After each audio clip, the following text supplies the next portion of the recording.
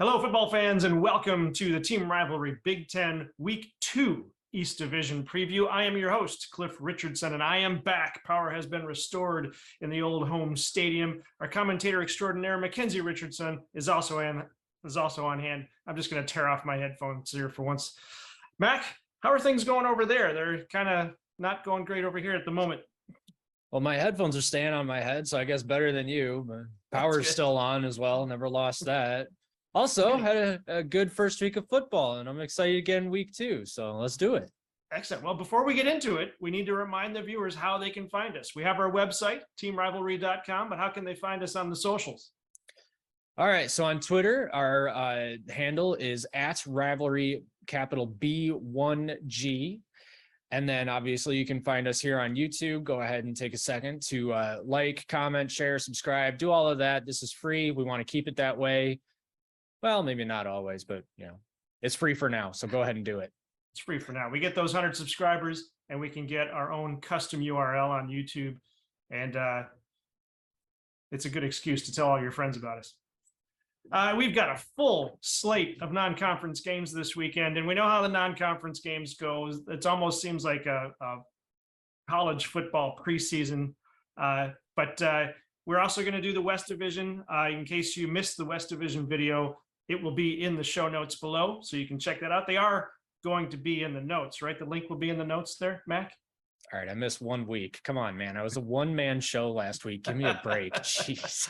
That's also, 3 of our matchups this week are first-time matchups, which I think is kind of wild, given that college football has been around for, 150 years now, and there are still teams that haven't played each other.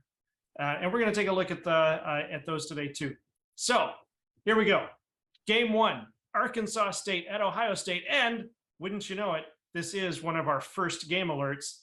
This is the first meeting between Arkansas State and Ohio State. Now, Ohio State's no stranger to Arkansas, but they've never played Arkansas State.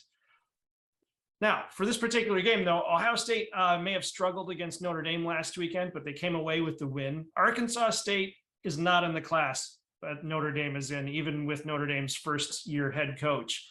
What does Arkansas State need to do to at least hold some ground against these Buckeyes? Well, they're going to need to get after CJ Stroud. They're going to need to hold the perimeter of the line of scrimmage while also keeping the lanes between the tackles sealed so that Stroud is forced to throw the ball. One thing I noticed in the Notre Dame game was that Stroud was not as accurate as he normally is throwing the ball. And some of Ohio State's freshman receivers weren't running their routes as well as they could have been, didn't look as sharp as maybe we're used to with Ohio State's high-powered offenses. That led to some drops. It could be a little bit of maybe an issue with Jackson Smith-Njigba obviously coming out for a little bit during that game. He is their leading wide receiver, so maybe that had something to do with it.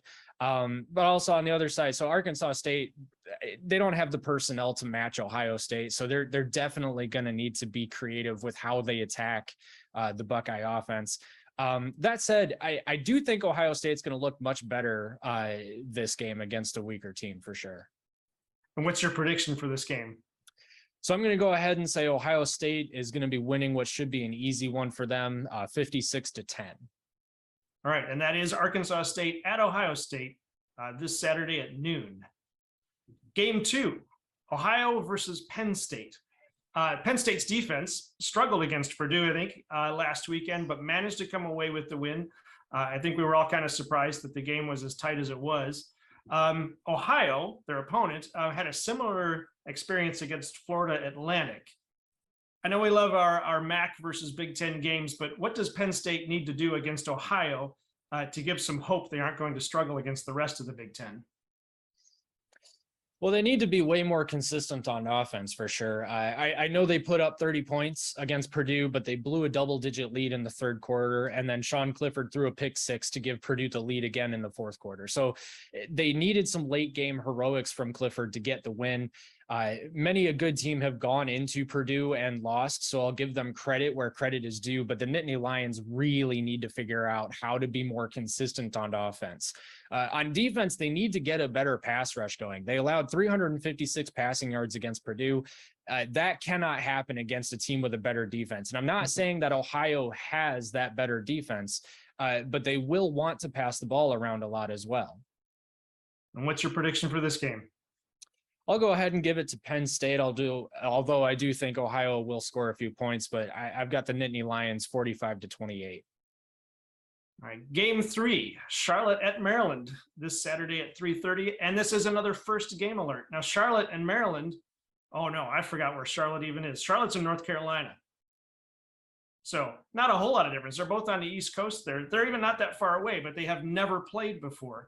For this game in particular, Charlotte has lost their last 5 games. Now, Maryland dominated Buffalo last weekend.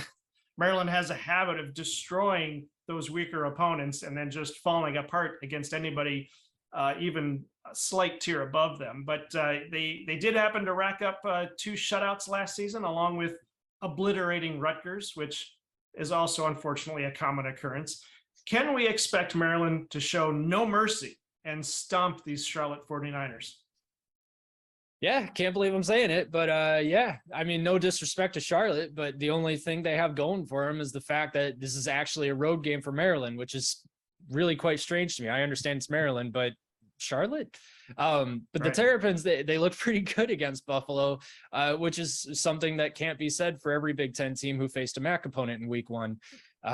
Maryland has a really great chance at working out a few more kinks on offense in this game, as well as maybe working in a few new wrinkles. I'd definitely like to see Talia Tagovailoa go a full game without turning the ball over. And I'd also like to see him run a little bit more as well. If he can be the dual threat quarterback I think he's capable of being, then I think the Big Ten ought to be on notice. What's your prediction for the game? I'll go a bit bold with this one and say Maryland 45-0.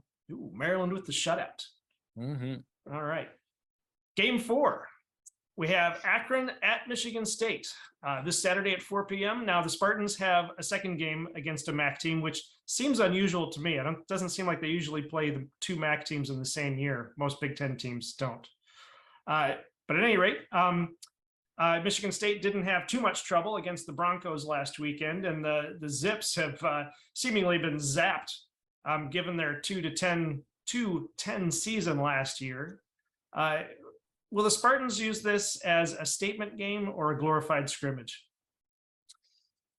Yeah, it really should be an easy matchup for Michigan State, although it did take a little long for the Spartans to put Western Michigan away. The final score of that game last week, it really didn't tell the whole story of how close that game actually was, I think. A few stupid penalties and costly turnovers for the Broncos spoiled what I think otherwise could have been an upset victory. And at one point, I actually thought that it was headed in that direction. Yeah, I mean, Michigan State had some great plays in spurts. But they played a dismal third quarter. And if Western were a better team, they probably would have won that game, honestly, with the way Michigan State was playing. Now, Akron's not good enough to beat Michigan State, but the Spartans really do have to figure out some consistency themselves on offense if they're going to compete for the Big Ten. Defensively, they took a couple of huge injuries to the secondary, which is really going to hurt their pass defense. And guess what? Akron likes to throw the ball. With all that being said, though, I'm not ready to say that Michigan State will dominate this game, even if they probably should.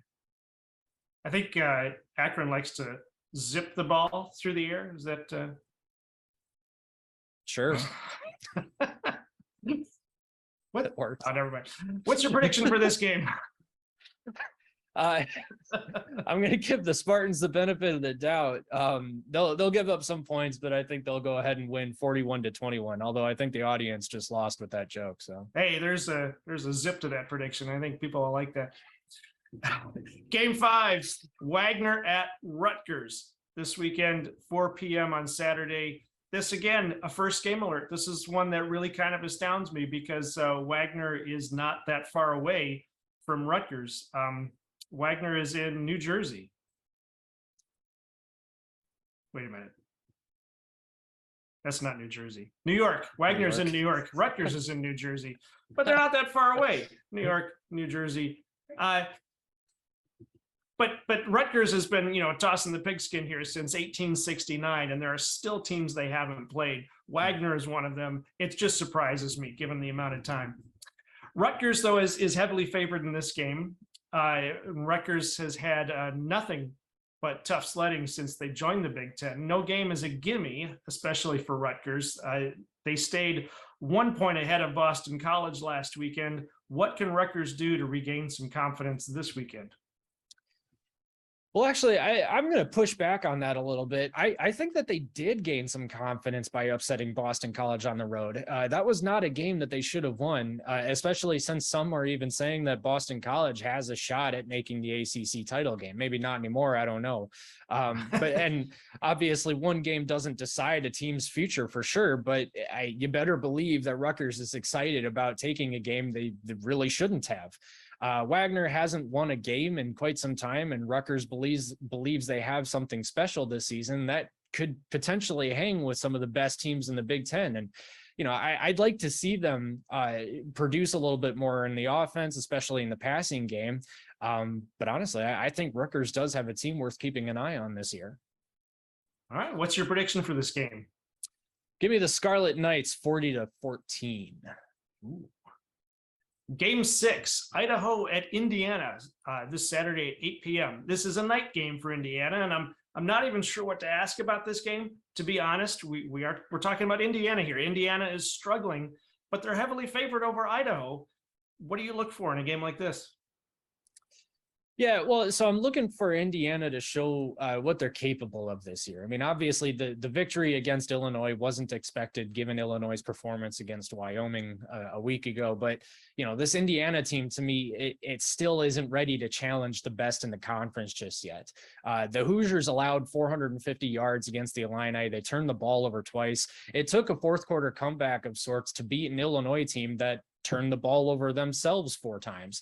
If Indiana was a better team, that game really shouldn't have been close, having generated 4 turnovers on defense. Idaho actually played a close game against Washington State, which is unexpected. They were on the receiving end of 3 turnovers themselves, which helped keep that game close. So, honestly, Indiana could be in some trouble here if they don't take care of the ball. I mean, Idaho is not exactly great at scoring, but they did actually early in the game against Washington State have a double-digit lead, and going into the second quarter at that game. So, and honestly, Indiana better watch out. And what's your prediction for this game? Well, if Indiana keeps the ball secure, they should win 28-24. 20-24. And I forgot to mention, speaking of rankings, the rankings came out a little afternoon today. We saw Ohio State drop from 2 to 3.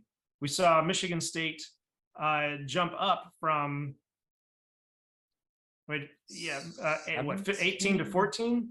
Well, they're at 14. And importantly for us, as we are unabashedly Michigan fans, Michigan jumped up from 8 to 4, which was a pretty huge jump. So this weekend, they're going to play Hawaii. And it's Hawaii at Michigan on Saturday at 8 p.m. So we got another night game. It's Michigan's first night game of the season. Michigan still riding high over last season. Their dismantling of Colorado last weekend was huge. It looks like Michigan's main contention is still at that quarterback position, which Harbaugh has been asked about and talked about quite a bit from the spring game even until it's still going on. We saw Cade McNamara looked a little rusty. JJ McCarthy came in, seemed like he was ready to go. Wouldn't necessarily say it's time to swap him out, but Michigan has to remember to stay focused on the team while they settle the QB position. But what are you expecting in the QB battle for this game? Yeah, well, so yeah, Cade was pretty average last week. It definitely took him some time to get going, and he never really delivered more than what we saw from him last season. And that's fine because he was good enough to beat Ohio State and win the Big Ten last year. But, against Colorado State, Michigan had to settle for field goals multiple times when really they should have been in the end zone. Once JJ came in, though, you felt the offense become a bit more electric. So with him starting against Hawaii, I do have a feeling you'll see JJ maybe start to pull away in this quarterback competition. Cade, though, should be given some snaps and perhaps even make a few plays of his own to keep the conversation interesting. As for the game itself, though, look, Hawaii got blown out at home against Western Kentucky and Vanderbilt, and now they have to go to Ann Arbor. I mean, this game isn't going to be close for much longer than maybe the opening kickoff.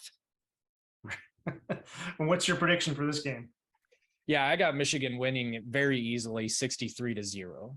63-0, maintaining a shutout for this whole game, you think? Yes, definitely. All right. That will, in fact, do it for the East Division preview. If you have a different opinion, if you disagree with our commentator extraordinaire, please leave your comments in the comments, because where else would you leave a comment? Challenge our commentator extraordinaire. He loves that kind of thing, right, Mac? Sure. Yeah, bring it on. Sure. You can tell. That's excitement right there, folks. Total, unabashed excitement. Thank you for hanging all the way through this video with us. This is Team Rivalry.